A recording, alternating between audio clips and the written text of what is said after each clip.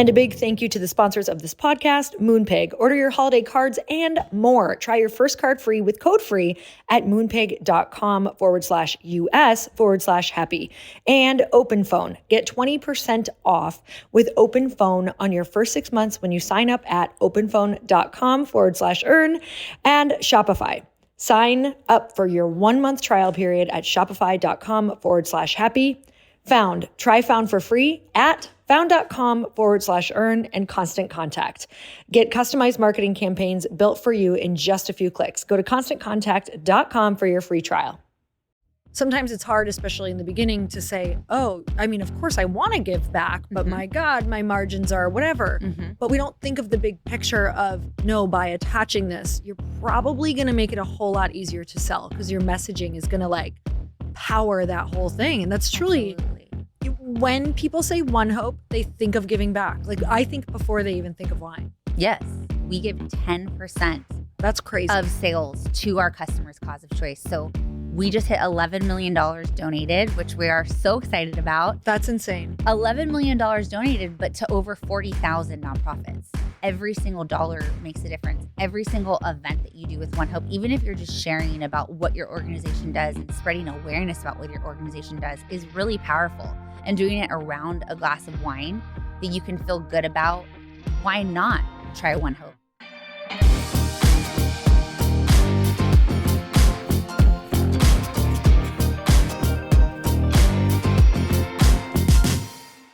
Hey everyone, welcome back to the Earn Your Happy podcast.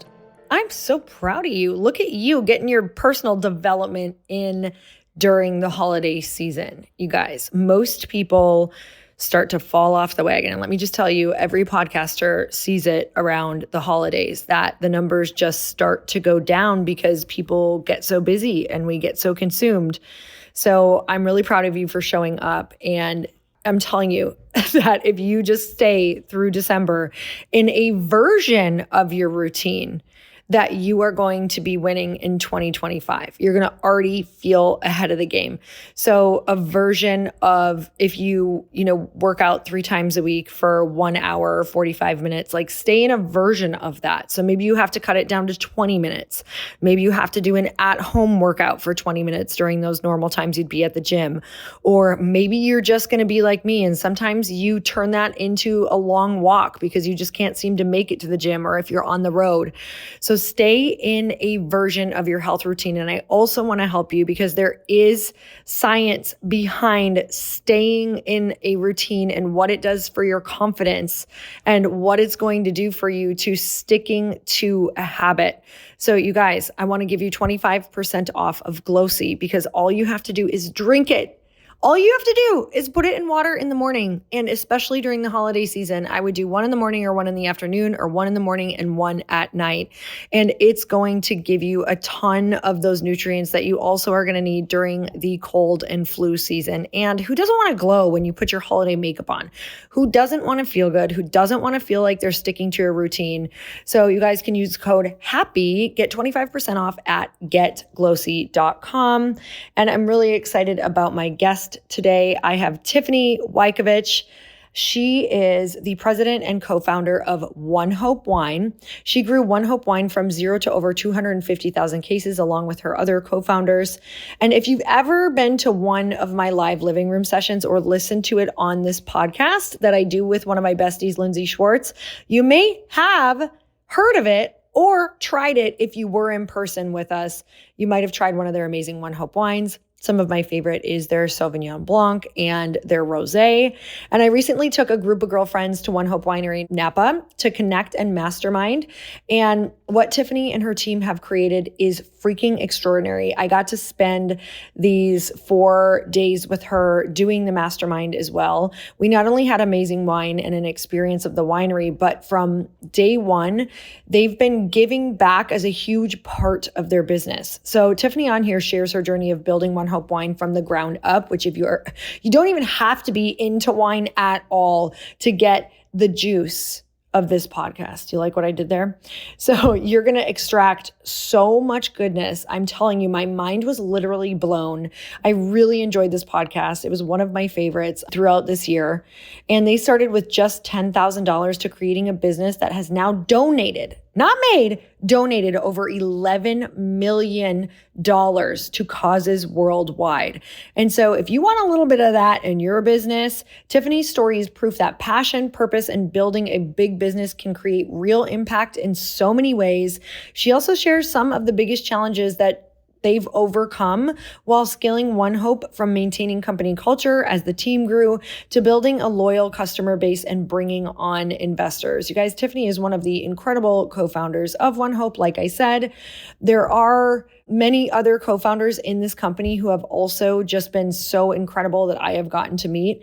But this story is not just a story of building a brand. It's the story of partnership. It's the story of giving back. It's a story of resilience. If you think that you want to scale your business, you're going to need to listen in, because you'll want the mindset and the ability to learn some skill sets that are going to help you do that. So let's get started.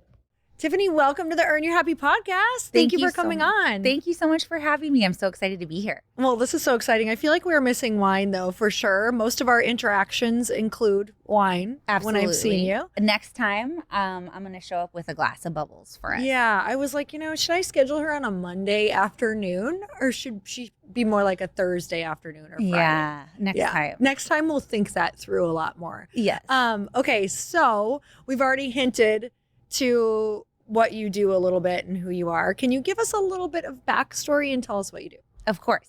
So I am the current president and co-founder of One Hope Wine. And I got into the wine industry right out of college. I graduated from University of Arizona. I was in the business school there, and I knew I wanted to do sales and marketing. So I went to the career fair because I didn't really know how to get a job. I just knew I wanted a job. The day college ended, I was working. That was my jam. So I interviewed with a bunch of companies like Enterprise Rental Company. And one of those companies was Gala Wine Company. And I just thought, you know what, why not get into an industry that I thought was going to be really fun? I didn't know anything about wine at the time. Nothing. I knew nothing about wine. I drank wine in Arizona from a bag floating down a river. And you slapped it first. Exactly. That's what I was, that's what I knew about wine. But my parents really inspired me. They came from sales, both had really extensive sales backgrounds, but they were in office products. So I just thought, this is going to be a lot more fun than paper clips. It has to be. And they encouraged me as well, just because Gallo had such a wonderful training and developing program for entry-level sales positions. And so I started right away, right here, actually out of Newport Beach was my first territory. Oh, wow. So you moved here. I moved away from the fam? Exactly. Well, okay. I was in school in the University of Arizona. Got it. Okay. I'm from here, actually. So I got to move back right where I was from. Which is great. It was just amazing. They gave me a really great territory. I was like, okay, I am sold on this. I am ready to be romanced. I'm ready to learn about wine. And they said, all right, it's time for you to start. It's your first day. Meet me at Ralph's at 4:30 a.m. And we're going to backstock some wine and unload back rooms. Okay. So odd. I was like, oh, wow. I didn't think we were just going to get right into this. But it was a really interesting learning experience, just because you really learn the way consumers buy wine when you're merchandising throughout a grocery store, which was my first position with them. So you learn that people buy wine in different departments of the grocery store. You want to get your wine displayed by the flowers, by the meat department, all of those things. You're kind of helping every single manager in the store to try to earn favor, to try to get your wine outside of the department where it can be seen. And so it was really during that time, in 2005, where I saw brands like Campbell's Soup, Yoplait Yogurt come out with National Breast Cancer Awareness campaigns for the month of October. Okay. So we saw Yoplait Yogurt turn pink, where you sent in that little foil lid, and you saw Campbell's Soup come out with the pink and white can instead of the red and white can. Okay. And consumers responded really well to it. They loved that those brands gave back. They loved that they supported women with breast cancer. And we just kind of thought, the co-founders and myself, November 1st, why did that all go away? Yeah. So we thought it was sort of a little bit gimmicky that they only did it 1 month out of the year. And we thought that we wanted to start something where giving back was really built in within the fabric of the company from the start. 365 days a year, more significant than 1% of profits. So that's kind of where One Hope was born at that time. Jake Klobrantz, who's our CEO, likes to say that he did what a lot of people do with good ideas, which is nothing. So it took him a while, I think, to gather the group. And he actually had a good friend at the time, several months after we've been talking about it, get diagnosed with leukemia and lymphoma at 23, his friend Morgan. And after he visited her going through her first round of chemo, he came back and said, okay, guys, we're going to do this. Like, we're incorporating, we're starting. And we left Gallo, and the rest is history. So how did you guys all meet? We met at Gallo. We didn't all know each other super well. So I would say Jake was kind of the Is there 6 or 7 connector. There's 6 of us. And so he was sort of the connector, and I worked with him. I competed with him as a sales rep. And then we also competed when we were district managers when I had the Orange County team and he had the LA team. So we just kind of always had friendly competition, kind of became fast friends, and that's how I knew him. And then I met the rest of the group. I knew a few of them, but we really became close like after we kind of just dug in and started it up. So there's three of us gals and 3 guys. So we're kind of co-ed co-founders. That's a lot of co-founders from the beginning, especially. Yes. I have so many questions around that too. Let's talk about what that idea first looked like when you're getting it rolling, because it's like, okay, you're coming from another company. You guys probably feel like you have a lot of different experience, but probably a lot of gaps too, I'm guessing. So tell me about what some of those original conversations of like, hey, should we do this? Like, yep. So I was 24. Relatively young. That's baby girl. We were all very young. We were all in our early 20s. And I think the nicest thing about when you work for the largest winery in the world, 1 out of every 3 bottles of wine drink in the world is a Gallo product. Wow. It really gives you the confidence to think that you could do anything when you have those kind of resources behind you. So we were really confident and just really naive. I think if we ever would have known how challenging it truly was, we might not have started. So I think that was really like on our side. Being young and having that confidence was really a blessing, I think. For sure. And we started having our first meetings, and it was sort of like there were definitely gaps, but I think we were pretty confident, and that helped us into all of the just jumping in, getting started, and then just failing and learning. I was kind of named, we kind of, I remember this, we had our first meeting and we kind of just all wrote down on a piece of paper what each of us would head up. I haven't thought about this in so long. And I got voted to be head of sales. Okay. That was my thing. Again, I was, into that. One of us was like, I'll be the CEO. I'll kind of handle the finances. Jake was the CEO. And we all did sales, but we kind of had a specialty where we're really like, I'm going to go to bed and wake up thinking about this all day long. So this part of the business was covered. Because again, it was such a unique thing to start with so many co-founders. Yeah. But it also, of course, it has its challenges as well. So that's kind of how we got started. We bottled up 168 cases of wine from a custom crush facility in Sonoma. Okay. We drove it down in a U-Haul. We parked it in a storage unit in Newport Beach. And we met there every Monday, would put the wine in the trunks of our cars and hit the market and just sell to anyone that would listen. So like mom and pop wine shops, restaurateurs, a lot of their first question was like, great, I'll carry you. I'll put you on the menu by the glass. Like, who's your distributor? And I was like, oh, I'm it. I'll go get it. I have it right in my car. I'll bring it in. I have the Chardonnay. You can start selling it tomorrow and we're good. So we just started off that way, very, very bootstrapped. We started the business with $10,000 and 168 cases of wine. Wow. And 6 people to feed. Yeah. Did you all have other jobs during that time, or how are you guys paying the bills? At that point, we had left and really just jumped in and done it full time.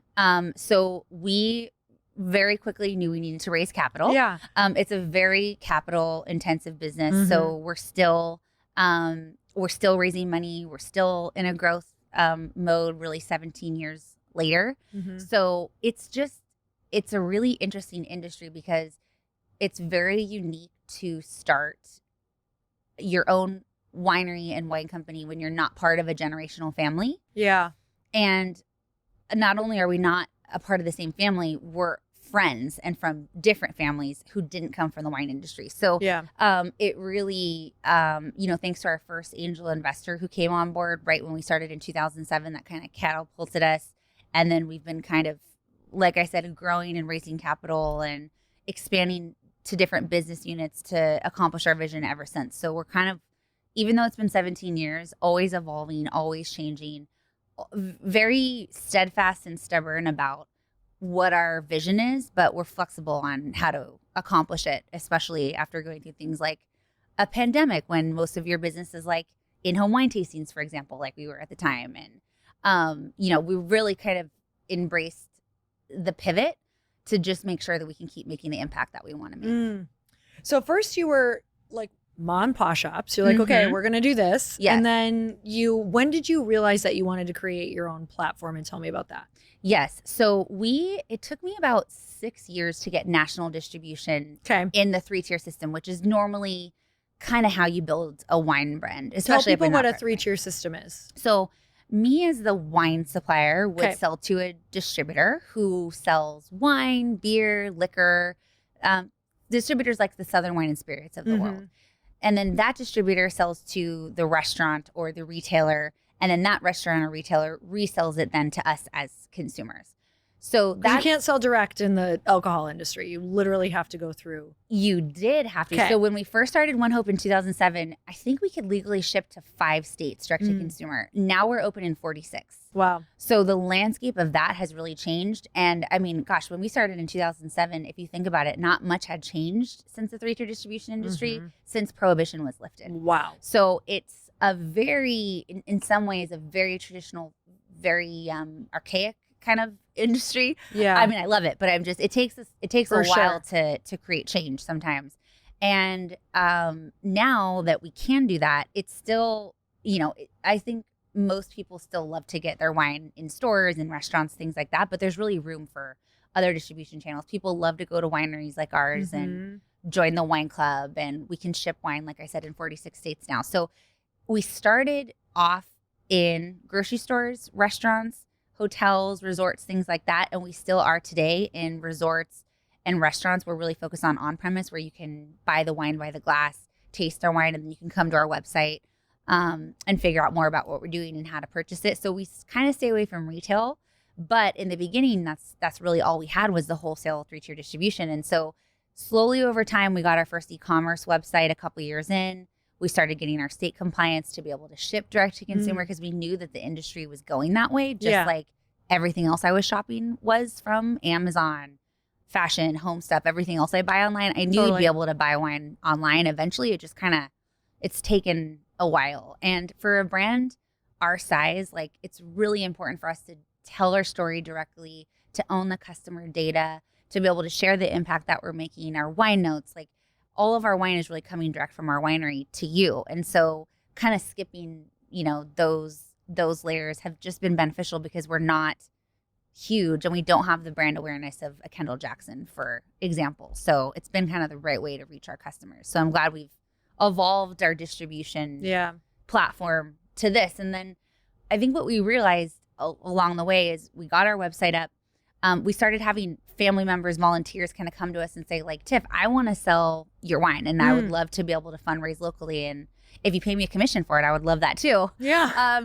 So that's kind of where we started our first affiliate program about 10 years ago. And that's when we really kind of connected the dots between democratizing the Napa Valley wine tasting experience in people's homes. So we have our wine reps that are really out there doing in-home wine tastings, sharing One Hope, sharing our story, and fundraising locally in their communities. And that's been really the best and most effective way for us to build our wine club, is actually through that community and through word of mouth. And that really works for us versus, again, kind of sitting on a retail shelf collecting dust. Unless I was standing there in Costco like I used to, next to every display I had in Southern California and sharing it with people. It's just a hard way to get your product out there when haven't been around for 50 plus years, in our industry at least. Yeah, it's so genius when you think about it's you're pairing people who want to do good, because you lead with that with One Hope, which I love. We're going to chat about some of the impact you guys have made. But being able to empower people to be like, hey, I want to get behind something that feels really good. And also, there's not a whole lot easier than saying, come over to my house. We're going to sample some wine. So it's something people already are excited about and want to do and learn about wine. And then to attach it to something that feels really good. It's just like this. It makes so much sense. But also to people who've done, been in the wine industry for years, it probably didn't make sense. They're like, what are you going to do? Like, exactly. What are you thinking? Yeah, they're like, no. What made you guys feel like this is really going to work? You know what? I think because we had tried the traditional wholesale distribution. And it just wasn't working. It just wasn't where, I mean, it's still going, but it just wasn't going to get us where we needed to go. Like it's a volume game. You have thin margins. You're out there. You need to have a really big employ a sales team, a lot of people to get out there, manage every single state. So it's very resource intensive, and it works for about 2% of our industry. That's what I'll say. There's so many small wineries like us who want to get their product out there, and they just can't find the channel. And so I think because of our mission, because wine brings people together, and bringing people together around an impact is kind of what we specialize at One Hope. I think it was just natural for the community to form. And right away after we did our first few wine tastings with a few of the reps that we had, we just knew that it was the best way to share what we were doing. And that's kind of, I mean, we've evolved our mission to 4 words, which is share wine and give hope. And that's what we do at One Hope. And like, that's honestly the best way to do it. And of course we have our physical space now. We opened our winery. So stunning. Yes, we purchased the winery 10 years ago, but it's finally open. We built a home on the property for our community. And then we also have the winery, and which is fantastic. It's amazing. But only so many people can get to Napa every year. And so our community and getting out there is still really the best way to share about what we're doing. And again, democratize that Napa Valley wine tasting experience. Because when you can get up there, great. Yeah. But we're really trying to reach more people. So tell me what that started to look like when you wanted to get that message out. Like, let's talk about how you kind of got the message together of how you're going to pitch it to people to get them excited. And what did that really look like starting to activate those first few people or whatever it was? Yep, exactly. So we had our first, like I said, we kind of had our first few volunteers, and they were in Manhattan Beach here, locally where we are. And they had a few wine tastings. So they really did start with a few people. Really did start. Yeah, people need to hear that. Yes, exactly. So it was like a few people. They would have a wine tasting. They would sell like $1,000 of wine. For context, that would take me, a very long time to like go and present to a distributor, then present to the retailer, then have them buy 6 bottles of wine. And it's just like, again, because people were signing up on the wine club type of things. Okay. Yeah. And people would, they would be able to go in a home. We'd be able to try before you buy it. So people, can't do that in a store. So and they had an experience with it. They had an experience with it, which is so important about our product. And so once that worked, we knew, okay, let's get a back-end system. Let's get an affiliate system where we can figure out how to pay commission. We can figure out how to track sales. So operationally, we were kind of like, okay, off to the races. Let's figure this out. We had our test group. We kind of like trialed and errored it for a while. We were only open in California. And then what we did is we really opened it beyond California, when we can start to ship to multiple states. I think one of our next states was Tennessee. One of our very first wine reps is in Nashville.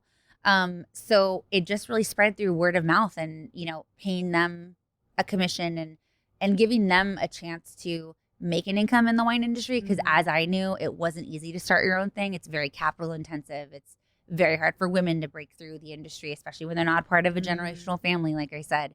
And so I think the passion of just bringing the opportunity to people across the country who I just knew loved wine and giving back, it naturally grew really organically for the first probably 5 or 6 years. And then, of course, them referring other wine reps to the business through the pandemic and everything else, when we were probably all drinking more wine at home than we wanted to, helped us grow a ton too. So it just sort of naturally progressed, I would say, to what it is now. We have a few thousand wine reps across the country that are sharing our product. And it hasn't been anything overnight. Like, my favorite thing when they hear about One Hope is like, oh my gosh, like, I just heard of One Hope, you just started. And it's like, well, that was, took 17 years to get here. So I remember, I don't even know where I was, but it was definitely like one of the, maybe not the first, but a few years into like a personal development journey. And it was like a event and a dinner that we were at. And someone was like, oh, have you heard of this brand? They're amazing. They like donate so much money to X, Y, and Z. And it was I think it was one of the sparkly bottles too. And it just put it on my radar, like from then on of, wow, that's really cool. Cause there was a great story attached to it. And I had learned later about, the sales reps and being able to make money from it, which I think is absolutely brilliant. I just feel like I believe any product you love should have something attached to it. So because we love sharing it. Absolutely. We love it. Yes. And so, and wine is such a visceral experience, and it's so fun. It can be so much fun. So tell me a little bit more about, some of the reps and the people who've really made a career out of it. Yes. So, it's definitely a spectrum. So I have wine reps that do it part-time, and then I have a few that have made it their full-time career. And it sort of just depends, what you want to put into it, I would say. But the majority, it's a really great side hustle on top of their full-time career because they're so wine engaged and because they love earning an extra income. It just really works. And then of course, when you have a wine club and kind of have that opportunity for them to earn the passive income, I think when we launched our wine club, which wasn't that long ago, actually, I think it was, 5 or 6 years ago, where we really put the technology behind, okay, now we're going to build a direct-to-consumer wine club where it wasn't just kind of buying it once at an event. It was like, we need the technology to really service an ongoing wine club where now it's 100% flexible. You can get, anywhere from 6 to 12 bottles, 1, 2, or 3 months. You can pick your own wines that you want.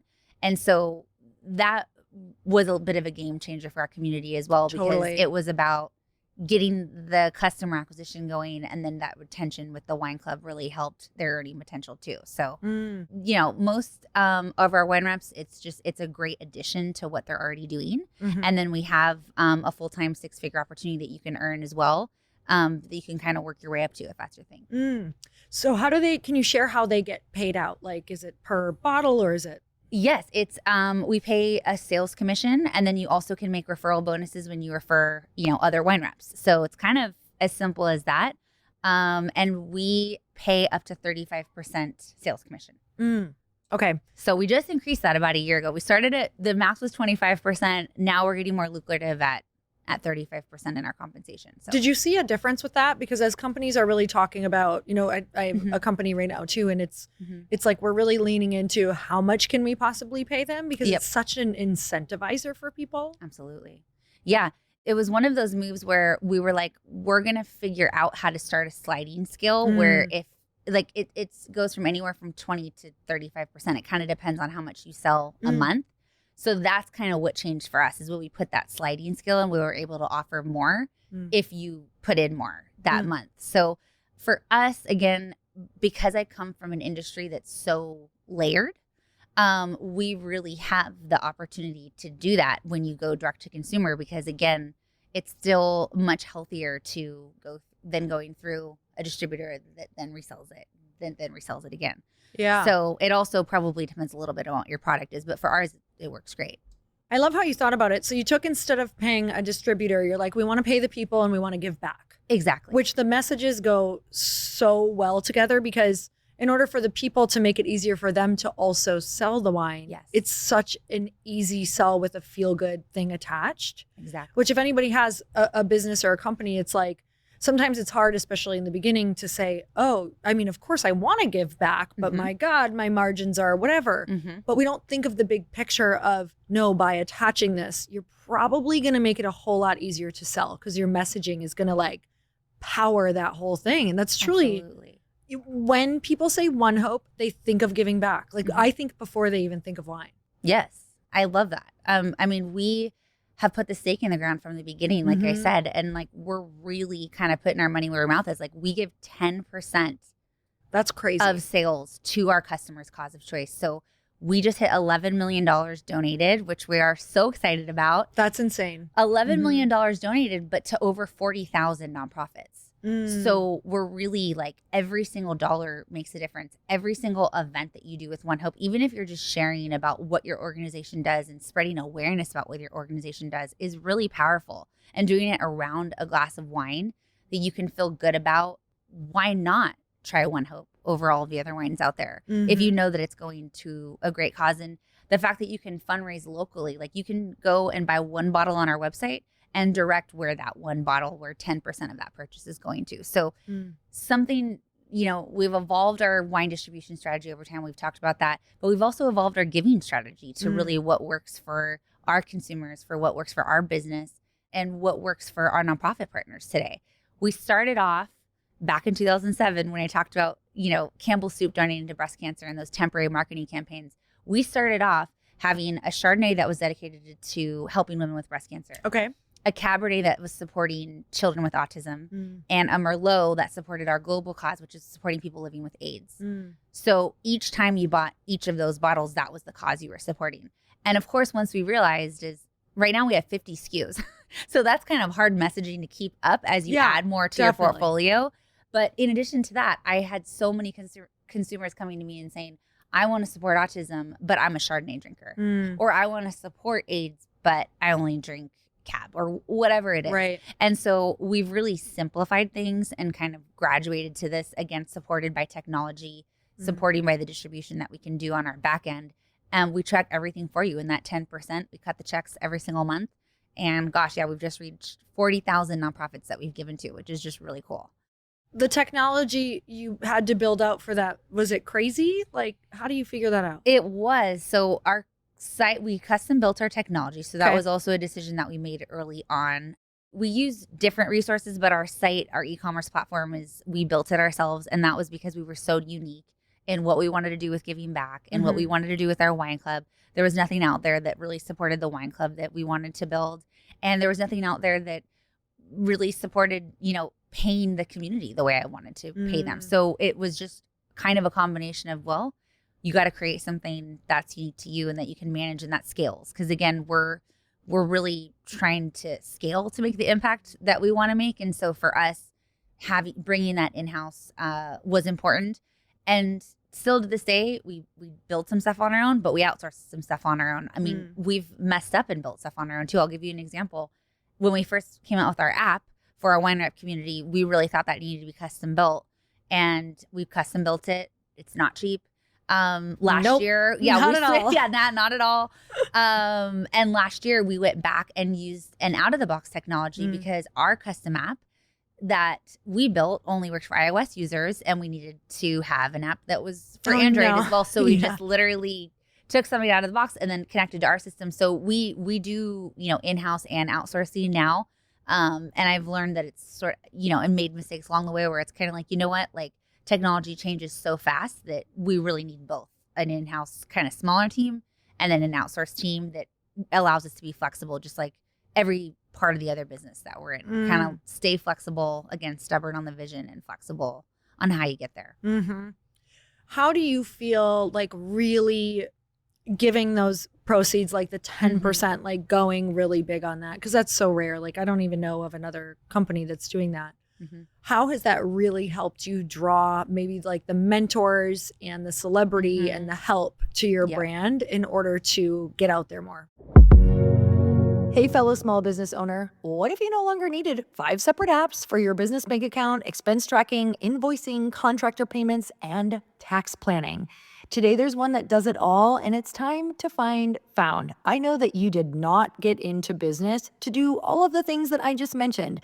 If you're anything like me, getting into those things can actually pull you out of the vision and out of the things and the tasks that make you the most money.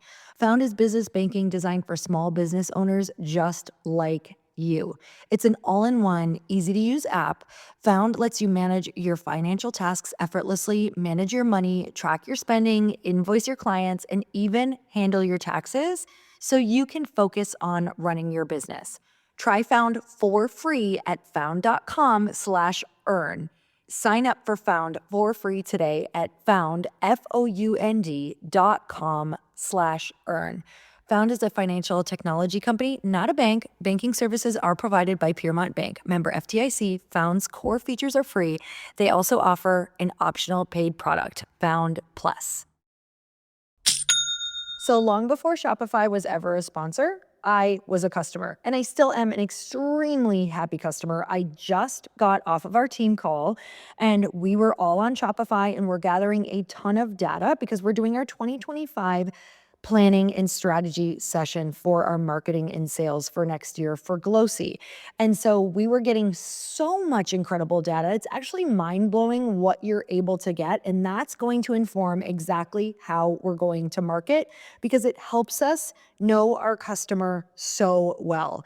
So not only do I believe that you should be a customer who uses Shopify if you have a product of any kind, but I also know that you're a consumer and you're probably aware of the not so secret weapon with ShopPay that boosts conversions up to 50% because this has probably made you buy when maybe you would have clicked away if the experience was challenging at all. So Shopify is incredible because it does offer that shop pay secret weapon, you guys. Like I said, it boosts conversions up to 50%, which means way less abandoned carts. I know that's what I want in my business, and I know that's what you want in yours. So upgrade your business and get the same checkout that we use, and you can sign up for your $1 per month trial period at shopify.com/happy, all lowercase. Go to shopify.com/happy to upgrade your selling today. Shopify.com/happy. Okay, so I'm gonna need you to come clean with me, make me feel better, please. I swear I have the best of intentions every single year. I wanna be that person who sends holiday cards to the people that I love the most. Sometimes I even buy them, but they end up in my cabinet and I'm not very excited about them because they're not very exciting cards. Maybe I ordered them off of Amazon. But you guys, I want to tell you about a company that has me really excited about sending cards this year because they make it so easy. The company is called Moonpig, and you can personalize your holiday cards with your favorite family photos, special memories, or even those super cute pictures of you and your two sheepadoodles. Okay, that's me. But you can do it with any of your cute pictures and memories from this year, and you can choose from a huge range of cards that are ready to customize. Plus, they'll mail it for you. So they're making it easy. No more stamps, no more post office. You guys can literally send one to everybody on your list. And I just checked out a bunch of their other cards, and they're hilarious. Like, I'm somebody who loves to send humorous cards, and I can't usually find some that really get my humor. And for sure, right away, I was like, this is so me. This would be hilarious for a birthday card. So you guys, you can go and get your first card for free at moonpig.com/US/happy. That's moonpig.com/US/happy. Yeah. You know, it helps with both acquisition and retention. Like, of course, you're doing something great. And for me, like, as an entrepreneur that's been grinding this company for 17 years, it's not only like a great North Star and a why, and it keeps you passionate about what you're doing, but it's also, like you mentioned, it's really great for both customer acquisition and retention. And it just makes you really easy. You know, being in the wine space, it's interesting because there's people who aren't all the time comfortable partnering with an alcohol, which is actually why we have our own foundation. We have the One Hope Foundation that we donate from. But it's interesting because when you kind of talk about that aspect, we're like, well, you're giving back. Like, yeah, let's partner. We've gotten around a lot of stuff because of that. So I think it just helps in every single aspect, like internal, motivation, our employee intrinsic value, our customers support, like, again, acquisition, retention, like everything across the board. Not only are you doing good, but when you start that way and when you build it into the fabric of what you're doing, I think you have the authenticity piece, and you have, like, people can just, I guess, connect with that easier. And that's hard because I'm not even the one out there that's always telling the story. Again, I have a couple thousand wine reps that do it on our behalf. And that's also a game of phone tag and messenger too. So when you have a strong mission that you can share in 4 words, I give wine and share hope. Like, it helps to get the right message across, and it helps you get more customers and keep more customers. And that's what it's done for One Hope, at least. Yeah, for sure. How have you guys been able to, because you said there's 6, how have you been able to stay on the same vision through all of these years? Like, I know you have, the 4 words, but that's a lot of personalities. There's been a lot of life that's happened. I'm sure families, children, all of the things. Like, how do you guys stay on the same page? Yeah, that's a good, it's so, and I only know having multiple co-founders, right? I don't know how it is to be by my own. I think that the support and like, even though I have multiple co-founders, I've still been so lonely at times. So I can't even imagine actually not having them. So I think they bring so much support, but then you know what? You got a lot of cooks in the kitchen at the same time. And so I think centering around our vision and wanting to make a difference has helped the most. And I think being supportive partners, and there are 6 of us, but not all 6 of us do the business full time anymore. We actually about just 2 years ago didn't have all 6 of us doing the business. So we lasted a really long time. Yeah. But it wasn't the right fit day to day for 2 of our co-founders. They're still co-founders. Their life took them in different directions. We still meet on a monthly basis with everybody to talk about the business. But it's also, if it's not the right time for everybody, like, we want to build something that outlasts us. Right. For sure. In every way possible, and that lasts generations and that can make an impact on generations. And I think just when you're centered around that, you can find your way through any kind of disagreement, fork in the road type of situations. We try to be as clear as in our communication as possible, but starting a business with your friends is also hard, I'll say. It's good in a lot of ways, but it's also, we've had to do culture shifts many times, and I could talk about that too if you want. But starting a business with friends it's kind of, for us, it created a little bit of like a too nice, evasive culture, which is just bad news bears for any business. Because you were avoiding tough conversations. We were avoiding tough conversations. We've had to go through multiple personal development kind of journeys to get through that, and even to identify that we were doing that, really, because we were always in tough, passionate conversations. But you got to really dig deep and understand, like, you're avoiding.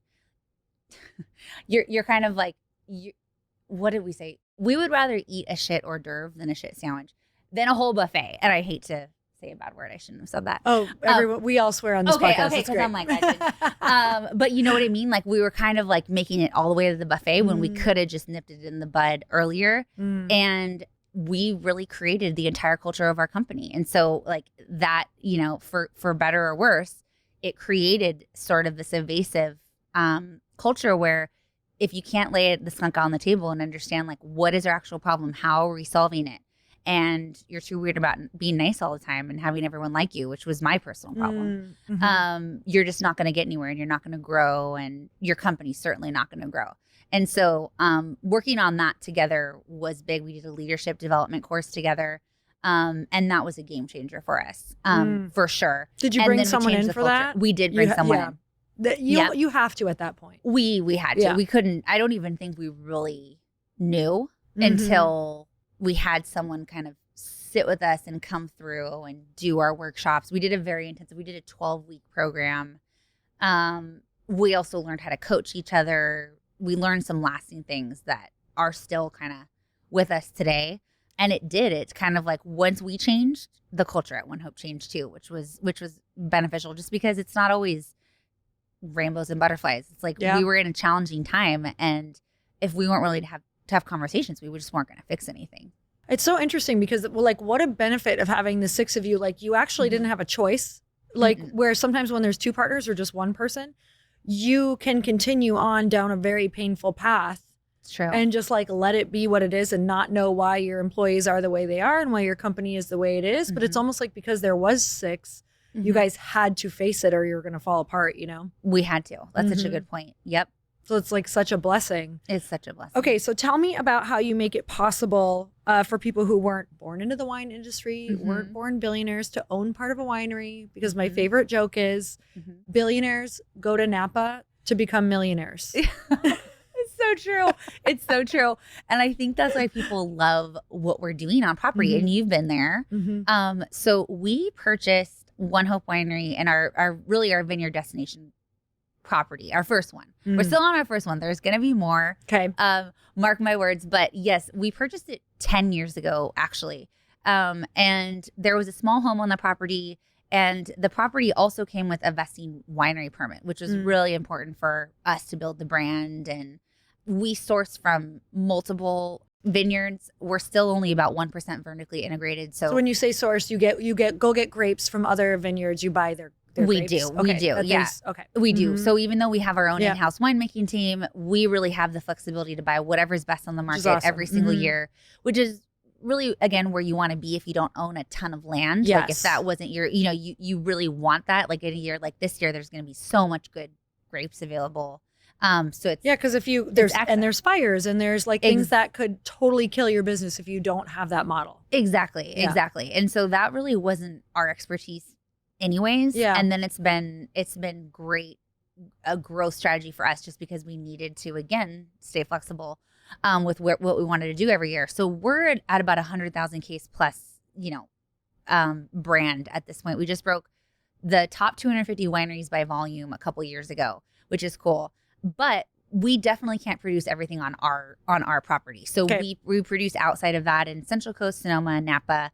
Our property is located in Napa, and we have our own winery there. Like I said, the purchase of the property came with the vesting winery permit that was already done, and it came with the architectural plans from Howard Backen. So our winery architect was incredible. He's done so many iconic properties throughout the valley. Stunning. Like one of my favorite spots to go. It's really cool. Yeah. And it was just really important to us to kind of get that physical flagship in the ground. And really, like, we want people to come on property and just feel the brand and feel what we're trying to do at One Hope. And of course, we're trying to kind of democratize that, as I talked about, throughout the country, because not everybody can get there. But it's sort of our most aspirational experience. And we really wanted to build it in a different way than we had done anything else. Just like everything we do at One Hope, it's pretty unique the way we get things done. And so we kind of crowdsourced funding the property with different partners that we call our vineyard investment partners. So people that really are interested in investing in real estate in Napa or owning a piece of their own winery, but maybe don't want to do all of the work of figuring out how to sell the stuff and market the stuff and all of that. The romantic part. Yes, exactly. So we take care of all that. And it's just been a wonderful thing because we have so many people that believe in our vision and that love to come on property and come together. And it's really built so people can come together and talk about how to solve the world's problems and the impact that they want to make together. It's really cool. We have a vintage wine press right in our entryway that kind of signifies that, like, back in the day, there was one family that owned the press. Everybody would come bring their grapes to that press. The one family would press it and then distribute the wine kind of as a co-op throughout the community. And that's kind of what we've built at One Hope, is a co-op of people that want to make the future better for future generations with us. And of course, I think they like to own a little piece of the property and not have to do a ton of what we already talked about. So it's a beautiful place to stay and bring your family and have really cool experiences, which is just the other amazing thing about our product, is that it brings people together. It brings so many wonderful conversations about good and bad around wine. So yeah, it's a shared space that we're very happy to share with our vineyard investment partners. And what does that look like? Can people still be a part of that? Yes, they can.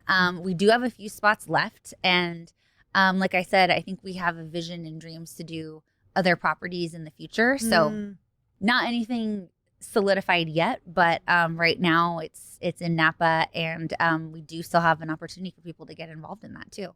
The property is stunning, whether it's like the wood-fired pizza in the back that you get to go experience. I've been there for a wedding, and also some other things where you get to go pick out your own toppings and, be able to have these incredible conversations with people. And the pool is stunning, and getting to look at like this hill with grapes all over it and the mist coming in, and just like the level of people that are a part of it too, just the conversations and the things they're doing in the world.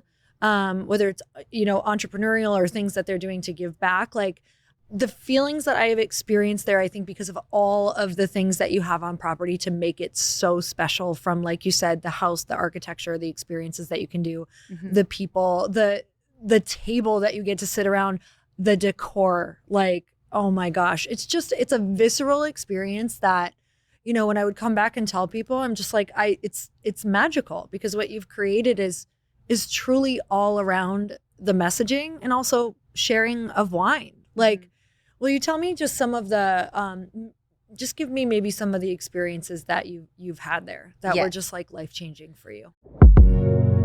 I can't believe we're already in Q4. And if you're in business, you know that it is go time. That's why I want to tell you about my sponsor, Constant Contact. And for me, this time of year is huge, especially owning my products company, Glossy, because this is the time of year where I still have a big chunk of my goal left. And if you do too, if you have year-end goals, Constant Contact can help you meet them faster. And that's what we're all about.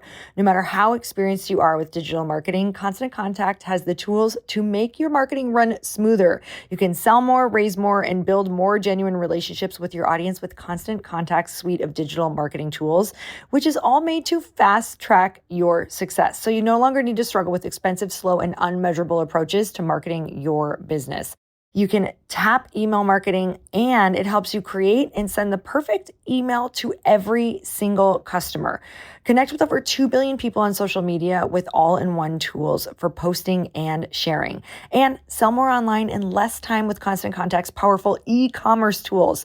It's time to put the go in your 2024 business goals with email, social, SMS, and customized marketing campaigns built for you in just a few clicks. Ready, set, go to ConstantContact.com and start your free trial today.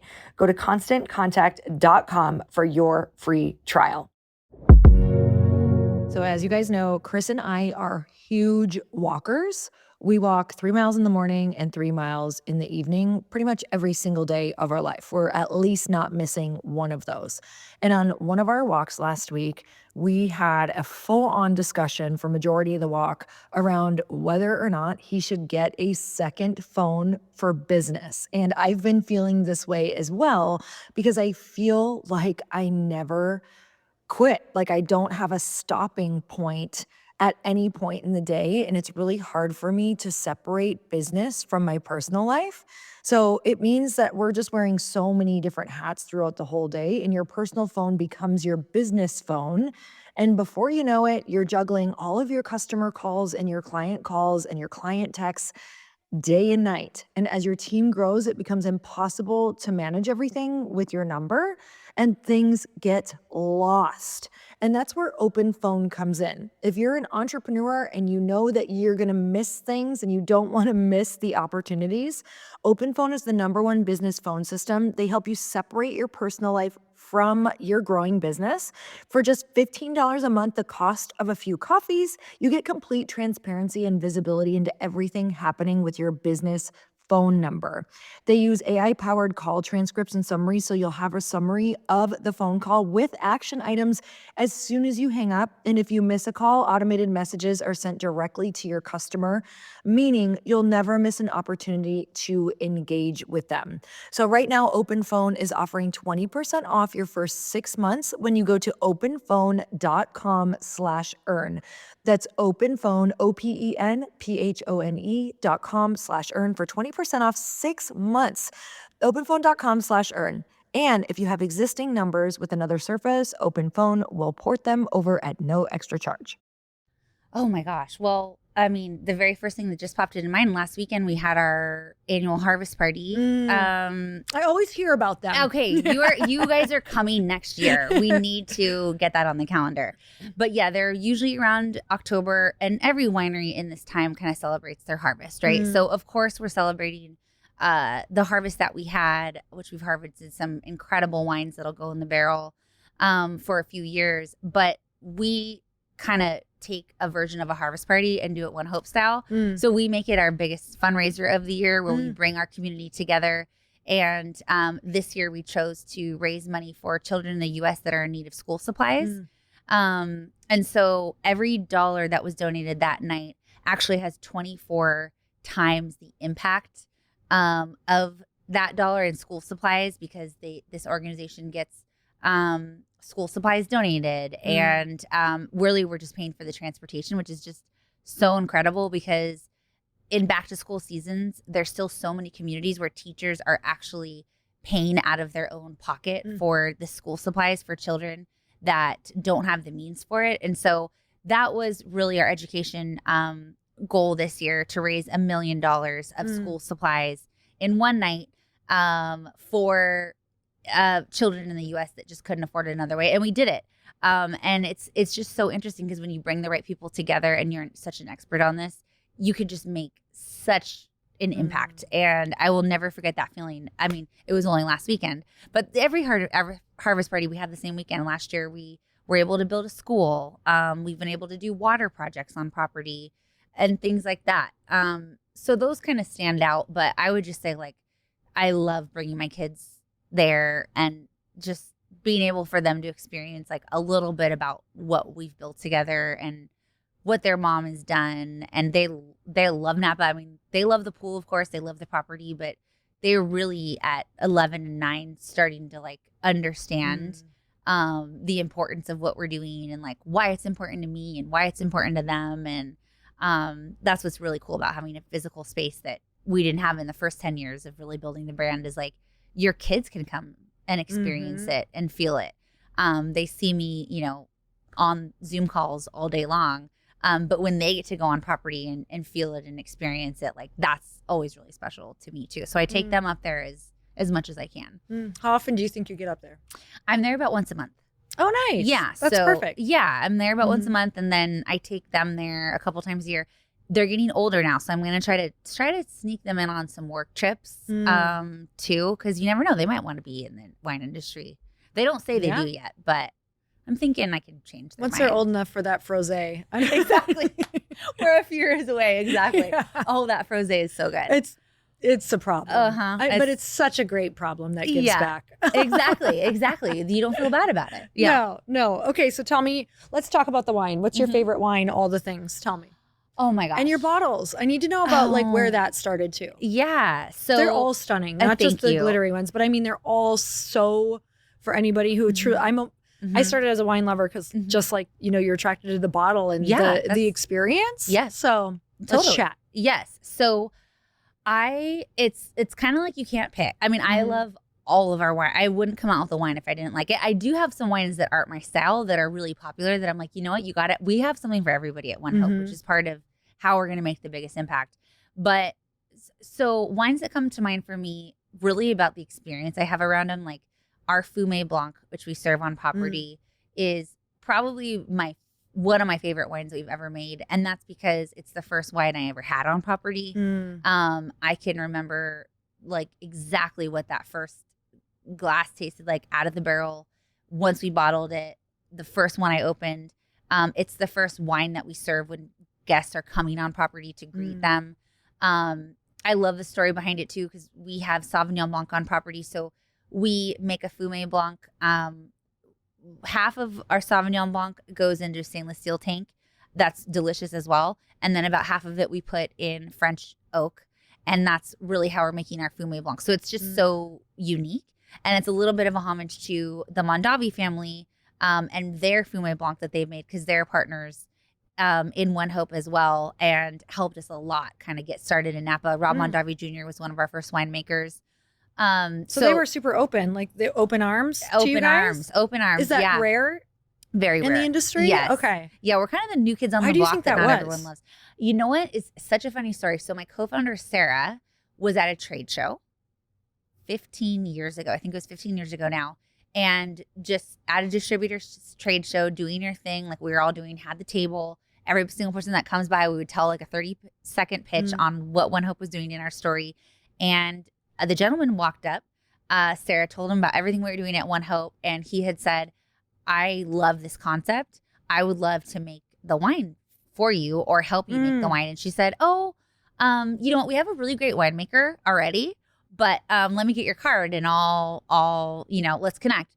And she didn't even look at the card until the end of the night because she was collecting so many business cards. This is back in the day when we had business cards, you know? Yeah, now totally. it's like just bump and do stuff like that. Before it was like how many business cards you can collect. So at the end of the night, she looked down the business cards and it was Michael Mondavi. Oh my God. And so she was just like, oh my gosh. So we connected with him. It took a while to get that meeting, but he did just that, introduce us to his son, which is still our partner today.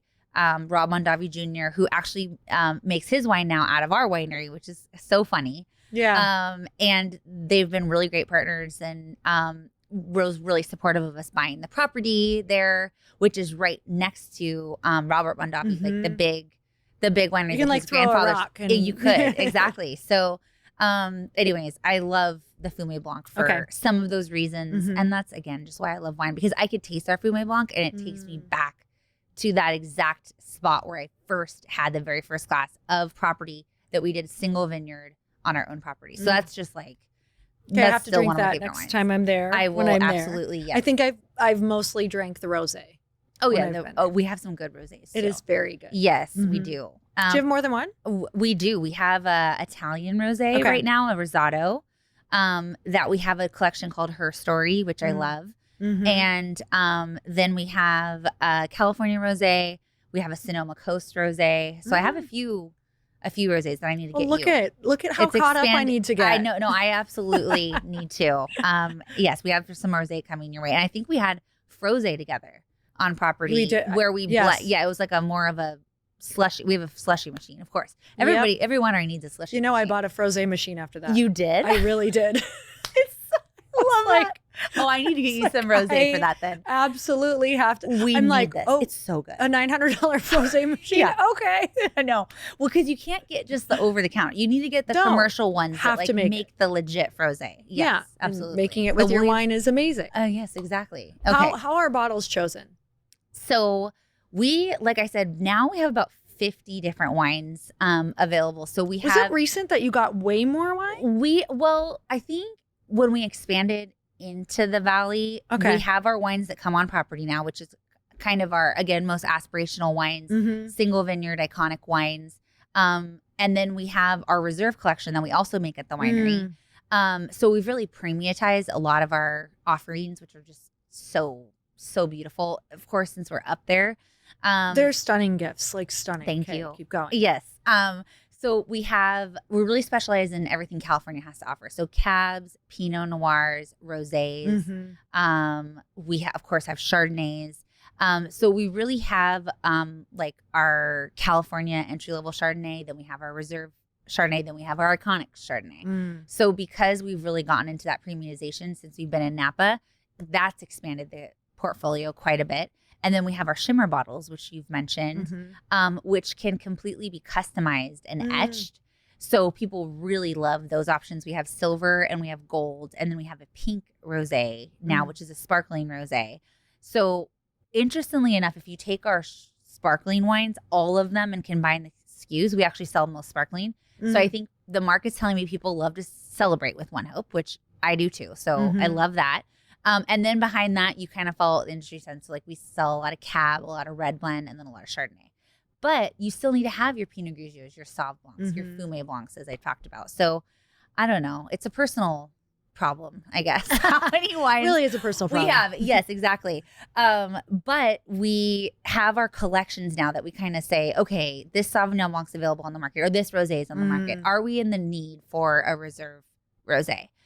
We take that rosé and then we put it into our reserve collection. So you see some continuity now with our packaging between our iconic wines, our reserve wines, and then our California wines. And so that's how when we kind of establish those buckets in branding, it helps us, find a product that we really love. If we have a need for it, we'll put it into one of those collections. Because they're all One Hope collections, but they all look different.